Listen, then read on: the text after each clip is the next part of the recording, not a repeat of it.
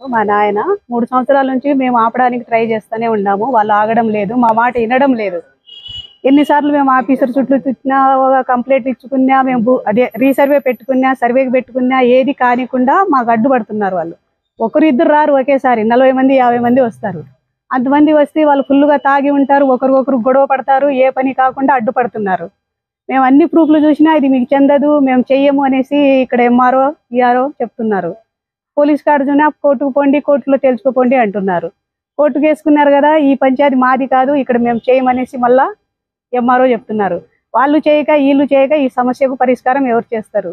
ఈయన దాని గురించి ఆలోచన చేసి అనారోగ్యంగా పడిపోతున్నాడు. ఒక ఏడవడం తప్ప ఇంక ఏమి చేయలేడు. మాకెవరు సపోర్ట్ లేరు. ఎవరికి పోయి అడిగినా కూడా మాకెవరు సహకరించడం లేదు. రాజకీయ పలుకుబడి ఉంది. లేదంటే వాళ్ళంతా కుటుంబ సభ్యులు ఒక చోట గుమ్ము కూడతారు, అక్కడిక్కడ దాక్కొని కొట్టాలని మాకు ట్రై చేస్తున్నారు. రావడం పోవడం వల్ల ఇంటి దగ్గర నిలబడి మాకు రోజు తిట్టిపోతున్నారు. ఆ రూట్ నుంచి మేము వెళ్ళాలన్నా రావాలన్నా మాకు భయంగా ఉంది. ఏ టైంలో ఏం చేస్తారో అని మేము బిక్కు అన్నట్టు మా ప్రాణాలు మేము అరిచేతిలో పట్టుకొని మేము తిరుగుతూ ఉన్నాము. అలా మాకు ఎన్ని రోజులు. మా ఇంట్లో అందరికీ అనారోగ్యమే. మేము ఎవరు మామూలుగా లేము, అందరికీ మేము పేషెంట్లే.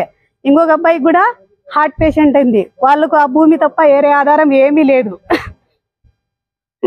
అలాంటప్పుడు మేము ఎన్ని రోజులు తిరగాలి? మాకు తిరిగి సాలైపోయింది. వాటికి ఇది భూధర్ణ చేస్తున్నాం. ఎవరన్నా వస్తారా, మా బాధలు వింటారా, మాకు న్యాయం చేస్తారా అనేసి మేము ఎదురు చూస్తున్నాము.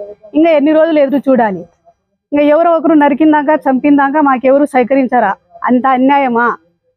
అన్యాయానికి అందరూ సహకరిస్తారు కానీ న్యాయానికి ఎవరు ముందుకు రారు. ఇది ఎన్ని రోజులు? ఇంకా న్యాయం కోసం మేము ఎన్ని రోజులు పోరాడాలి? నేను కూడా ఒక ఆస్తమా పేషెంట్నే, నేను ఎక్కువ మాట్లాడలేను, నాకు కూడా గస వస్తుంది. మేము తిరుగుతున్నాము, ఏ రోజైనా న్యాయం జరుగుతుందా అనేసి. వాళ్ళు అసలు భూమిలో పోయి పంట పండించుకోవాలి, తినాలి, రావాలి, పోవాలన్నా కూడా భయపడుతున్నారు. ఇప్పుడు అసలు దారి పోకుండా దొంగదారిపోతున్నారు. వాళ్ళు కూడా తప్పించుకొని ఏ టైంలో ఏం జరుగుతుందో మాకు పొడుస్తారేమో, నరుకుతారేమో, కొట్టేస్తారేమో అనేసి. ఆడోళ్ళు అయితే ఇంటి ముందర నిలబడి తిట్టిపోతున్నారు. మేము ఎన్ని రోజులు భరించాలి? ఇలా మేము భరించలేకపోతున్నాము. దయచేసి ఎవరన్నా న్యాయం అన్యాయం సేకరించి మాకు తగిన న్యాయం చేయాలనేసి కోరుకుంటున్నాం. ఎప్పటికైనా ఇది సార్ మా సమస్య. అందరికీ చెప్పుకుంటూనే ఉన్నాం. అన్ని ఆధారాలు ఉన్నాయి. వనిబి అడంగల్ ఉంది, సర్వే నెంబర్ ఉంది, పాస్బుక్ ఉంది, పాత పట్ట భూపట్ట ఉంది. అన్ని కూడా ఉన్నా కూడా మాకెవరు న్యాయం చేయడం లేదు. ఇదో ఈయన ఏడవడం తప్ప ఇంకేమీ చేయలేడు. ఇది పరిస్థితి. ఈయనకు ఆధారం అదే, వాళ్లకు అదే, ఏ ఇది లేదు. అది కూడా ఏరే వాళ్ళు లాక్కొని పోతే వీళ్ళ జీవనం ఎట్లా, మేము బతికేది ఎట్లా? దయచేసి మాకు తగిన న్యాయం చేయాలని కోరుకుంటున్న వ్యక్తి రౌడీజమే, ఇంకా రౌడీజమే సార్. అది న్యాయంగా ఇంకా ఆయనకే వచ్చేదైతే మాకు ఎప్పుడో అక్కడే నిలబెట్టి అడ్డకట్ట వేసేవాడు.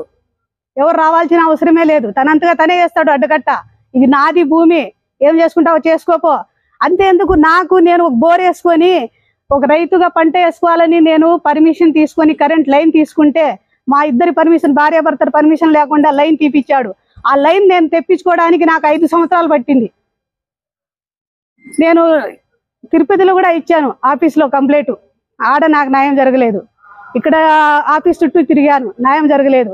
తర్వాత ఆ ట్రాన్స్ఫర్ తీసి పక్కన వేసుకుంటేనే పర్మిషన్ ఉంటుంది, లేదంటే లేదనేసి నేను మళ్ళా 30,000 ఖర్చు పెట్టుకొని మళ్ళీ పోలీసుల ద్వారానే నేను ట్రాన్స్ఫర్ మార్చుకున్నా. మాకు చాలా టార్చర్ ఉంది. దానికి సాక్ష్యం మా నాయనే. అప్పుడు కూడా నాకు సపోర్ట్ ఎవరు రాలే. అక్కడ న్యాయం అన్యాయం ఊర్లో అందరికీ తెలుసు, కానీ ఒక్కరు మా సైడ్ పలకరు. ఎవరు పంచాయతీలు వాళ్ళే చేసుకోవాలి, ఎవరు సావులు వాళ్ళే సావాలి. ఆడు మనుషులు తిరిగినా మగ మనుషులు తిరిగినా అంతే. అంతా ఒక కుటుంబం రాజకీయం. పులిందులో ఏముందంటే ఎక్కడన్నా పోనీ ఒక సైడ్ రాజకీయం మాత్రం కనిపిస్తుంది కానీ ఇంకొక సైడ్ రాజకీయం కనిపించదు. అసలు న్యాయమే జరగదు. ఎవరు పలుకబడి ఉంటే వాళ్ళ సైడే న్యాయం. అవతల సైడ్ అన్ని నిజాలే ఉన్నా కూడా అబద్ధాలు చేసి పడేస్తున్నారు. ఇంకా ఇలా న్యాయం ఎలా జరుగుతుంది? ఇది సార్ మా సమస్య.